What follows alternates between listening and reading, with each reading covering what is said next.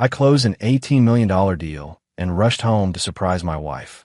Instead, I found her in our bed with my former best friend. I didn't scream. I didn't fight. I took photos and walked out. By sunrise, she had nothing. No money. No house. No future. And she still didn't know I'd been there. My name is Robert Parker, but everyone calls me Rob. I'm 45 years old, and I own a software development company in Austin, Texas. 22 years ago, I married Jessica, my college sweetheart. We have 3 kids together. Brandon, 19, who just started his second year at Texas A&M, Emma, 16, a junior in high school, and Noah, our 13-year-old who still thinks his old man hung the moon. Or at least he used to. The day everything fell apart started like a dream. I was in Seattle, closing the biggest deal of my career. 3 years of development, countless all-nighters, and more coffee than any human should consume had led to this moment. TechCore Industries wanted to license our enterprise security software for $18 million. $18 million. The kind of money that changes lives, that sets up college funds and retirement accounts, that finally lets you breathe. When their CEO signed the contract, I felt something I hadn't felt in years. Pure, uncomplicated joy. My business partner shook my hand, so hard I thought he'd dislocate my shoulder.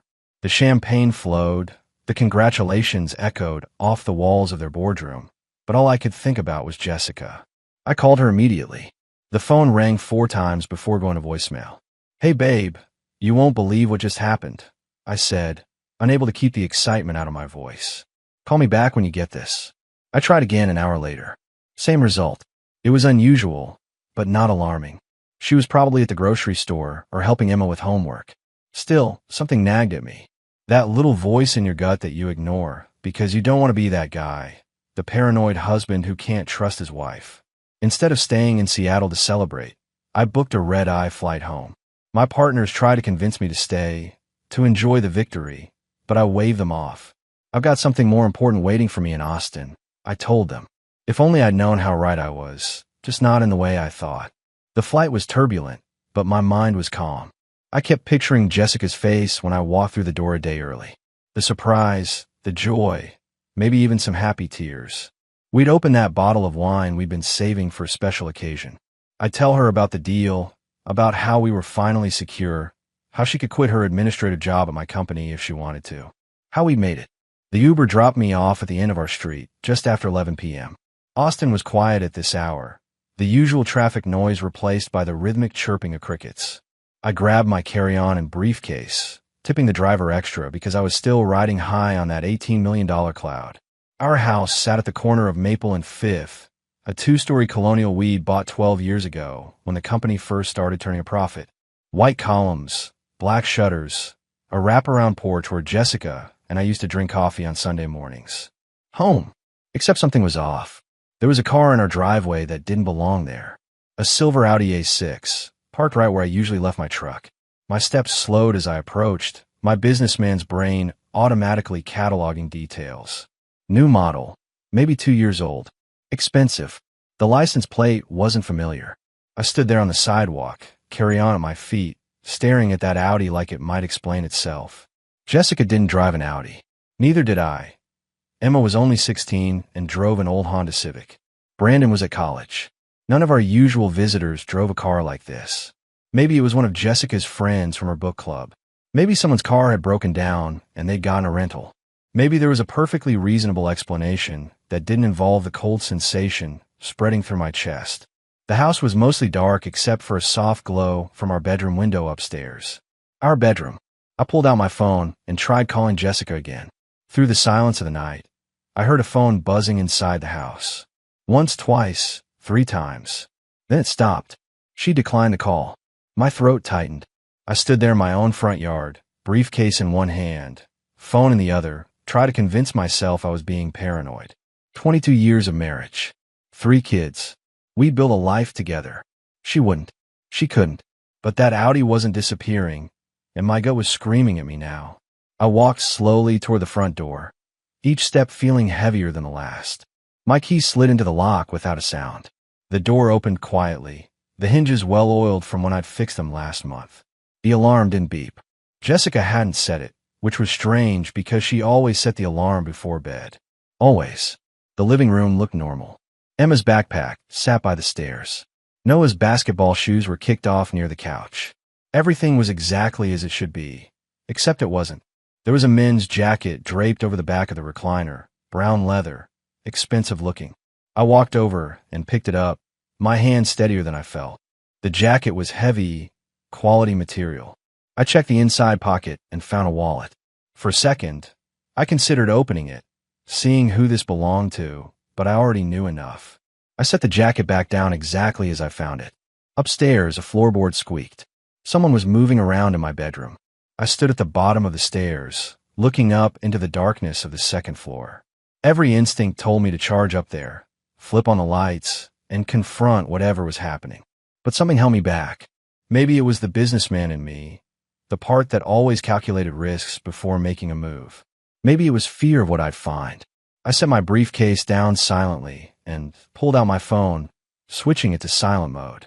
Then I started up the stairs, keeping to the edges where the wood didn't squeak as much. Each step felt like it took an hour. At the top of the stairs, our bedroom door was slightly open, just enough for a sliver of light to spill into the hallway. I could hear breathing now, soft, rhythmic, the sound of people sleeping deeply, without a care in the world. I pushed the door open slowly. It didn't make a sound. The scene in front of me burned itself into my brain instantly. Jessica was in our bed, wrapped around another man. His arm was draped across her waist, her head resting on his chest. They looked peaceful, content, like they belonged together. For a moment, I couldn't move, couldn't breathe, couldn't think. This was my wife, the woman I'd married 22 years ago, the woman who cried with joy when I proposed, the mother of my children, and she was lying in our bed with someone else. The man stirred slightly, and I got a better look at his face. My blood turned to ice. Ryan Foster, my college roommate, my best friend from freshman year until we'd started our first company together. We'd had a falling out 10 years ago over business decisions, hadn't spoken since. And now he was here, in my house, in my bed with my wife. The betrayal hit me in waves. It wasn't just Jessica. It was both of them. Two people I trusted completely. Two people who'd meant everything to me at different points in my life. My hand tightened around my phone. Every muscle in my body wanted to explode, to throw Ryan out the window, to scream until my throat was raw. But I didn't. Instead, I raised my phone and took a picture. The flash was off, but the image captured everything. Another picture. Then one more. Evidence. I'd need evidence. Jessica shifted in her sleep, murmuring something I couldn't hear.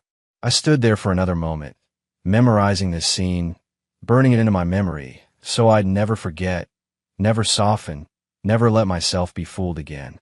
Then I turned around and walked out of the room, closing the door silently behind me. I went back downstairs, picked up my briefcase and carry-on, and walked out of the house I'd worked so hard to buy. The house that was supposed to be our family's foundation. Our future. I pulled out my phone and opened my contacts. Found the name I needed. My attorney picked up on the third ring, his voice groggy with sleep.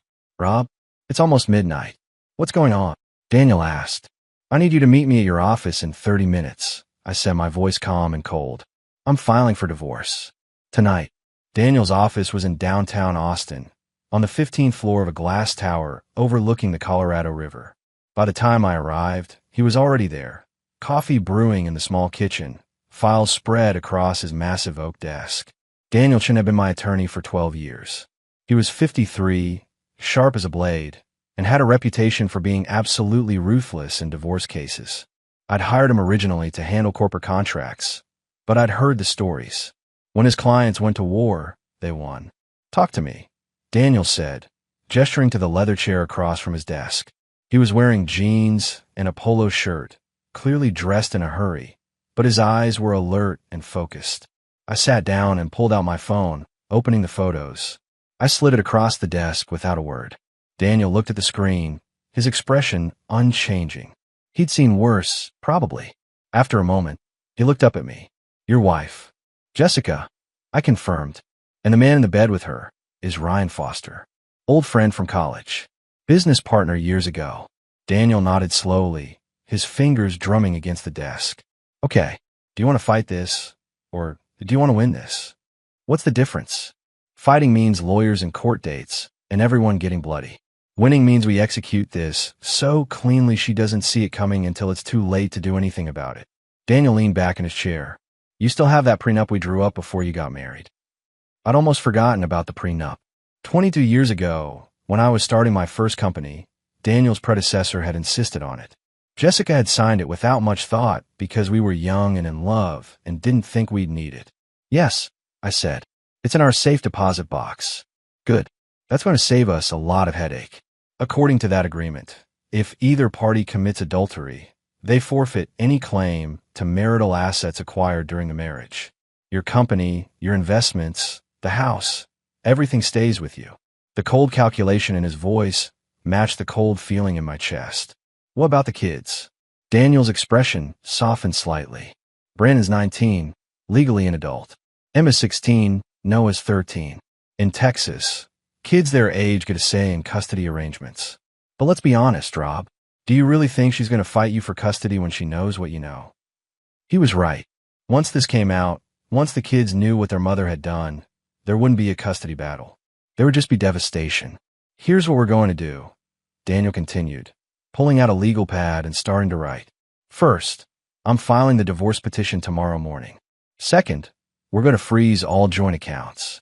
Every credit card, every bank account with both your names on it. She'll wake up with nothing. Won't that tip her off? By the time she realizes what's happening, the papers will already be filed.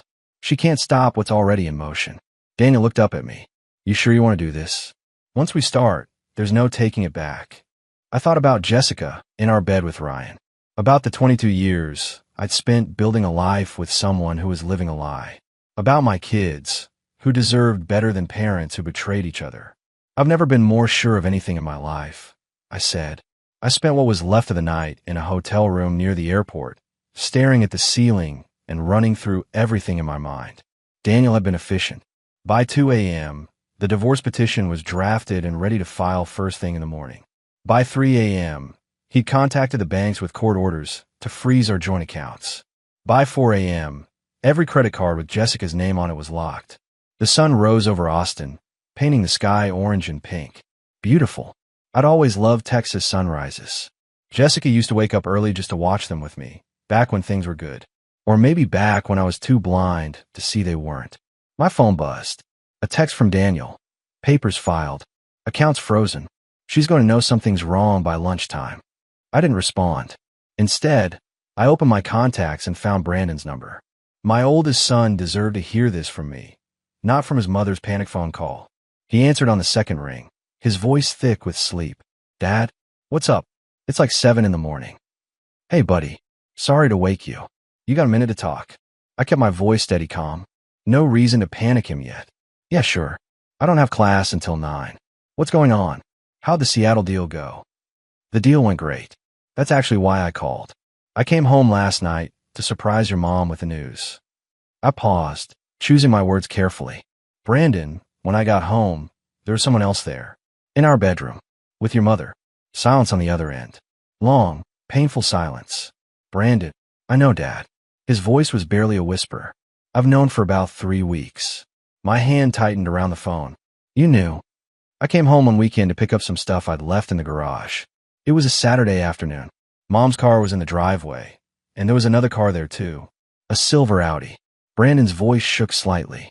I heard voices upstairs. I didn't want to believe it, but I knew. I'm sorry, Dad. I should have told you. The guilt in his voice nearly broke me. Son, this is not your fault. You hear me? None of this is on you. I just kept thinking maybe I was wrong. Maybe there was an explanation.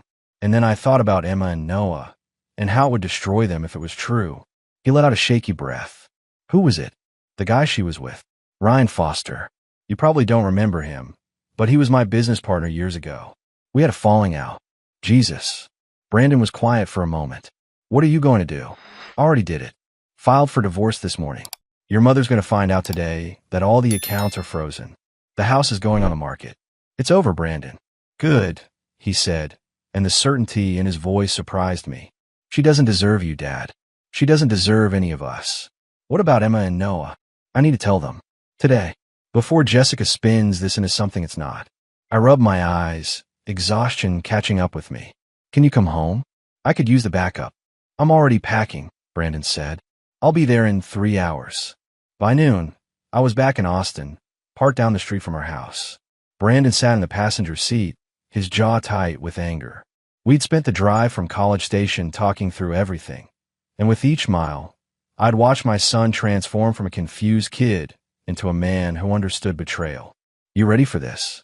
Brandon asked. No, but it's gotta happen. I opened the car door.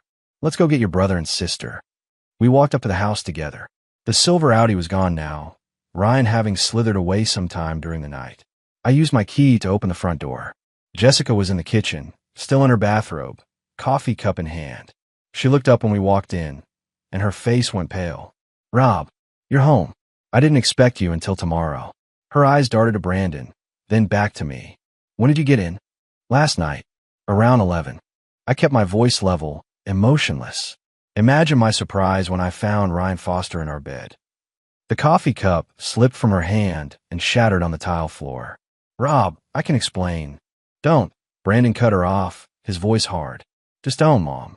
Jessica's eyes filled with tears. Brandon, honey, you don't understand. Your father was never home. I was lonely. Ryan and we just reconnected at the reunion and... Save it, I said. I didn't come here to listen to excuses. I came to tell you that I've filed for divorce. As of this morning, every joint account is frozen. Every credit card in your name is canceled. The house is going on the market next week. Her face went from pale to red. You can't do that. This is my house too. Actually, I can. Read the prenup you signed 22 years ago. The one that says if either of us commits adultery, we forfeit all rights to marital assets. I pulled out my phone and showed her one of the photos I'd taken. This counts as adultery. Jessica stared at the photo, her hand covering her mouth. Then she looked at Brandon. You knew about this? Yeah, Mom. I knew. I've been carrying that weight for 3 weeks, trying to figure out what to do. Brandon's voice was bitter. Guess Dad figured it out for both of us. Where are Emma and Noah? I asked. Emma's at volleyball practice. Noah's at school. Jessica's voice trembled. Rob, please. We can work through this. 22 years of marriage, 3 kids. You can't just throw that away. I'm not the one who threw it away, I said quietly. You did. The moment you brought Ryan Foster into our bed. The front door opened, and Emma walked in, her volleyball bag slung over her shoulder. She took one look at all of us and stopped. What's going on? This was the moment I'd been dreading, telling my 16-year-old daughter that her mother had betrayed our family. But she deserved the truth. Emma, honey, we need to talk, I began. 3 days after I'd walked out of that house, Jessica's world started collapsing. I knew because Daniel kept me updated on every single development, and honestly, watching it unfold felt like justice being served on a silver platter. She tried to use the Visa at Target this morning. Daniel told me over the phone. Declined. Then she tried the MasterCard at a gas station. Also declined. She called me around noon, screaming about how you can't do this to her. What did you tell her? That she should have thought about that before sleeping with your ex-business partner. Daniel chuckled darkly. She hung up on me. Also, the eviction notice gets delivered today. I was staying in a furnished apartment downtown, close to my office. Brandon had moved in with me temporarily, taking online classes so he could be around. Emma and Noah were still at the house with Jessica, but they spent most of their time at friends' places or with me. The look in Emma's eyes when she'd learned the truth had broken something inside me, but she'd been strong. Stronger than I'd expected. My phone buzzed with a text from Emma. Mom's freaking out. Some guy just delivered papers about the house. She's crying and yelling. Can I come stay with you and Brandon? I texted back immediately. Pack your stuff. I'll pick you up in 20 minutes. When I pulled up to the house, Emma was already waiting on the porch with 2 suitcases. Jessica appeared in the doorway, her face blotchy from crying, still wearing the same clothes she'd had on yesterday. You can't take her, Jessica said, her voice raw. She's my daughter too. Emma turned to face her mother. I'm 16, Mom. In Texas, I get to choose where I live. And I choose Dad. Emma, please. Your father is poisoning you against me. He's making me out to be the villain when he was never here. He chose his business over his family. No. Emma cut her off, her voice sharp. You chose another man over your family. You brought Uncle Ryan into our house, into your bed. You lied to all of us. Don't you dare try to make this Dad's fault. I'd never been more proud of my daughter than I was in that moment. Jessica's face twisted with anger. Rob, you're destroying our family. Is this what you want? To turn our children against me? I didn't turn them against you, Jessica. You did that all by yourself. I helped Emma load her suitcases into my truck. The courier should have delivered the eviction notice by now. You have 30 days to find somewhere else to live. 30 days. Where am I supposed to go? I have no money. No. She stopped, realization dawning on her face. You froze everything. The credit cards, the bank accounts, all of it. That's right. You want to know why? Check the prenup you signed. The one that says if either of us commits adultery, we forfeit all claims to marital assets. The house is mine. The money is mine. The business is mine. You get nothing. This is illegal. I'll sue you. You'll lose, I said calmly. Daniel's the best lawyer in Austin, and we have evidence. Photos, dates, times. Your affair with Ryan has been going on for months, hasn't it? Maybe longer. Jessica's silence was answer enough. Have Ryan help you find a place, I said, climbing into my truck. After all, he's the one you chose. As we drove away, Emma looked back at the house one last time. Is it weird that I don't feel bad for her? No, honey, I said quietly. It's not weird at all. A week after I'd filed for divorce, Ryan Foster finally worked up the courage to contact me. Not a phone call, not even a text. He sent an email to my work address at 2 a.m, like a coward. Rob, we need to talk. What happened wasn't planned. Jessica and I reconnected at the college reunion 6 months ago, and things just developed from there. I never meant to hurt you. Can we meet? I stared at that email for a full minute, feeling my blood pressure rise with each passing second. Never meant to hurt me. As if sleeping with my wife in my bed was some kind of accident. I forwarded the email to Daniel with a simple message. Can I use this as additional evidence? His response came back within minutes. Absolutely. He just admitted to a 6-month affair in writing. Keep him talking. So I replied to Ryan, fine. Lou's Diner on 6th Street. Tomorrow at noon. Come alone. The next day, I arrived 15 minutes early and took a booth in the back. Lou's was an old-school Austin place, the kind with red vinyl booths and waitresses who'd been working there since the 80s. I ordered coffee and waited. Ryan walked in right at noon, looking like he'd aged 10 years. His face was gaunt, dark circles under his eyes. He spotted me and walked over slowly, like a man approaching the gallows. Rob, he said, sliding into the booth across from me. Thanks for meeting me. Cut the pleasantries, Ryan. You wanted to talk. So talk. He fidgeted with the menu, not meeting my eyes. I know you're angry. You have every right to be. But I need you to understand that Jessica and we didn't plan this. It just happened. Things don't just happen, Ryan. You made a choice. Multiple choices. You chose to reconnect with my wife. You chose to pursue her. You chose to sleep with her in my house, in my bed. I kept my voice low and controlled, even though every instinct wanted to reach across that table and break his jaw. How long have you been planning this? Since the falling out 10 years ago. Was this revenge? No. God, no. Rob, I swear, when I saw Jessica at the reunion, I didn't even know she'd be there. We started talking, catching up. She told me how lonely she was, how you were always traveling for work. One thing led to another, and you decided my wife was fair game. I finished. Tell me, Ryan, does your wife know? Because Jessica mentioned at the reunion that you got married 5 years ago. Does Mrs. Foster know you've been cheating on her with my wife for 6 months? Ryan's face went white. You wouldn't I? I pulled out my phone and showed him a contact name, Sarah Foster. I've got her number right here. One call, and your marriage is over too. Seems fair, doesn't it? Rob, please. Sarah's pregnant. We're expecting our first kid in 3 months. If she finds out about this, it'll kill her. The irony wasn't lost on me. He was begging me not to destroy his marriage while he'd helped destroy mine. Maybe you should have thought about that before you decided to screw my wife. Our waitress appeared, notepad ready. Can I get you boys anything? Just the check for the coffee, I said, not taking my eyes off Ryan. After she left, Ryan leaned forward, desperation clear in his voice. What do you want from me, Rob? Money? I'll pay you. I'll do whatever it takes to make this right. You can't make this right. There's no amount of money that fixes what you did. You betrayed 20 years of friendship. You helped my wife betray 22 years of marriage. You destroy my family. I stood up, throwing a 20 on the table. Stay away from Jessica. Stay away from me. Stay away from my kids. If I see you anywhere near us, I'm calling Sarah and telling her everything. And then I'm going to make sure your business partners know exactly what kind of man you really are.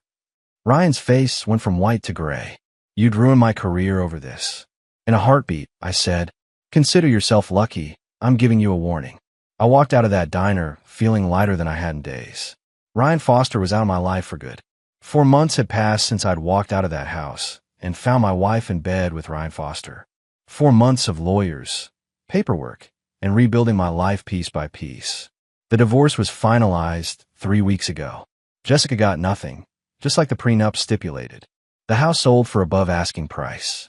My company was thriving with the TechCore deal bringing in steady revenue.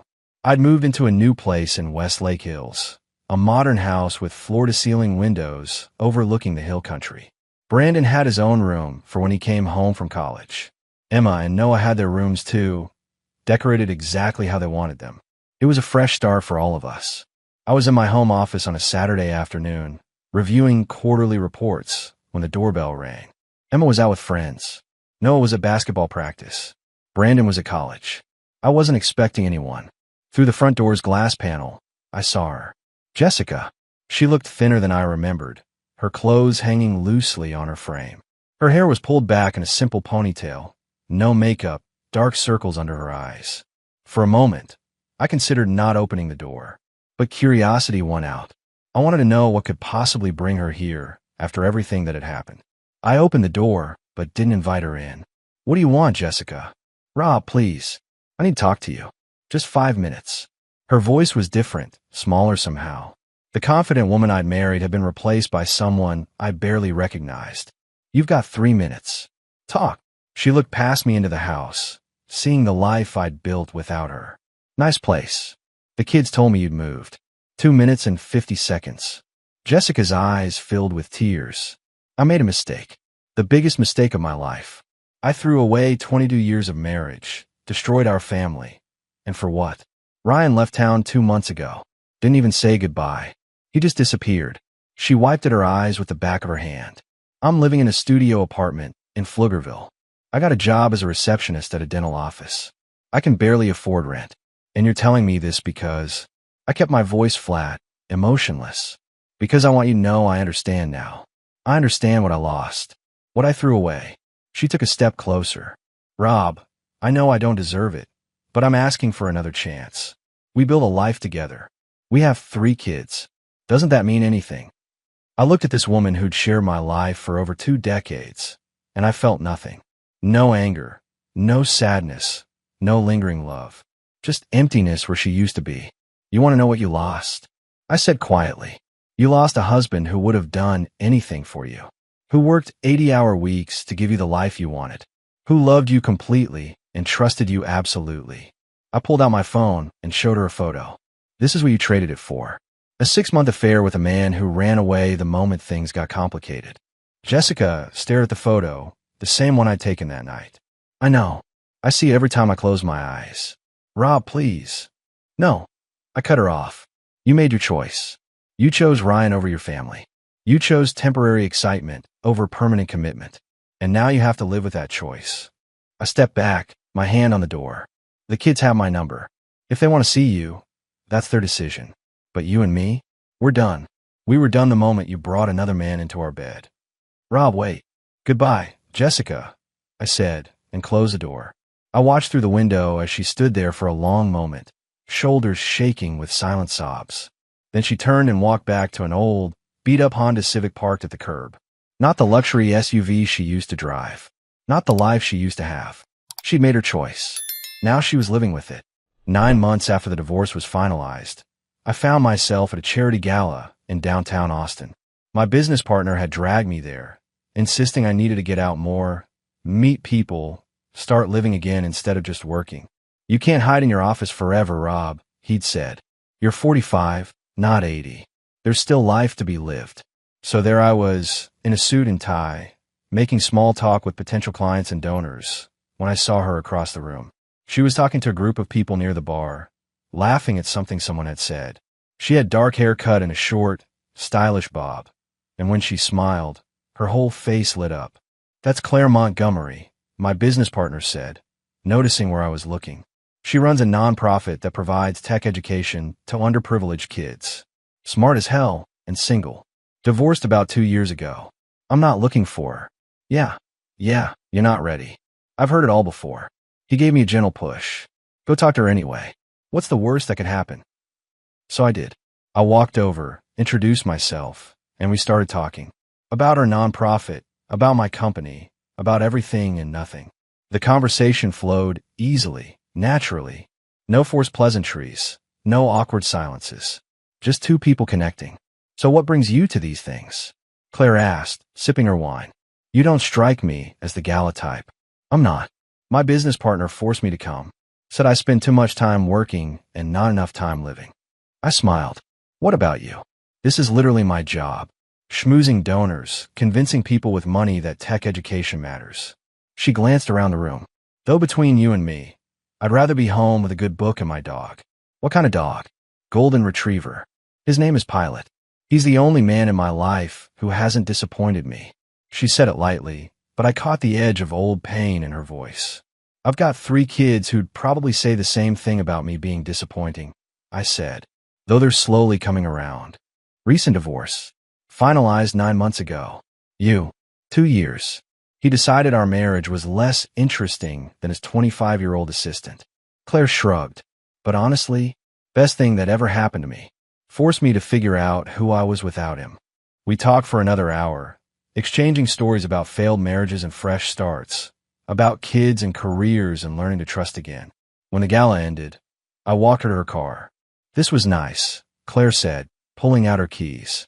I don't usually enjoy these events, but tonight was different. Would you want to have coffee sometime? No pressure, just 2 people who enjoy talking to each other. She smiled. I'd like that. 3 months later, Claire and I were dating exclusively. She'd met my kids, who actually liked her, which was a miracle in itself. Brandon approved. Emma thought she was cool.